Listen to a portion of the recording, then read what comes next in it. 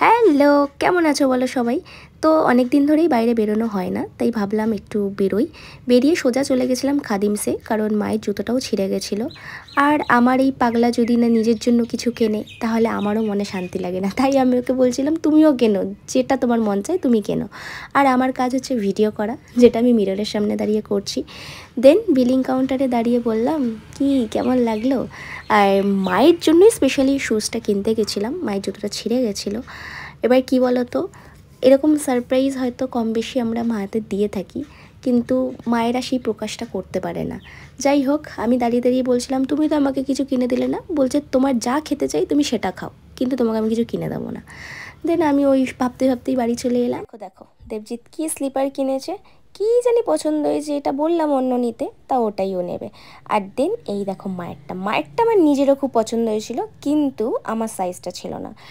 বেশ ভালো লাগছে, কিন্তু জুতোর কালারটাও খুব সুন্দর। তো দেন ভাবলাম মাকে ডেকে সারপ্রাইজটা দিই।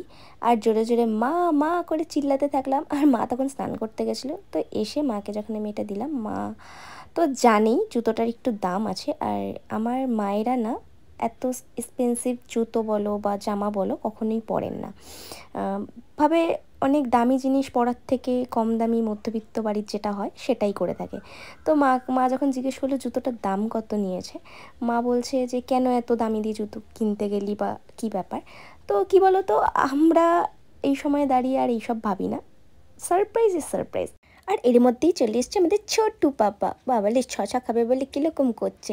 তো চলো, গুড নাইট সবাইকে। ভিডিওটা ভালো লাগলে কিন্তু অবশ্যই লাইক অ্যান্ড কমেন্ট করে দিও।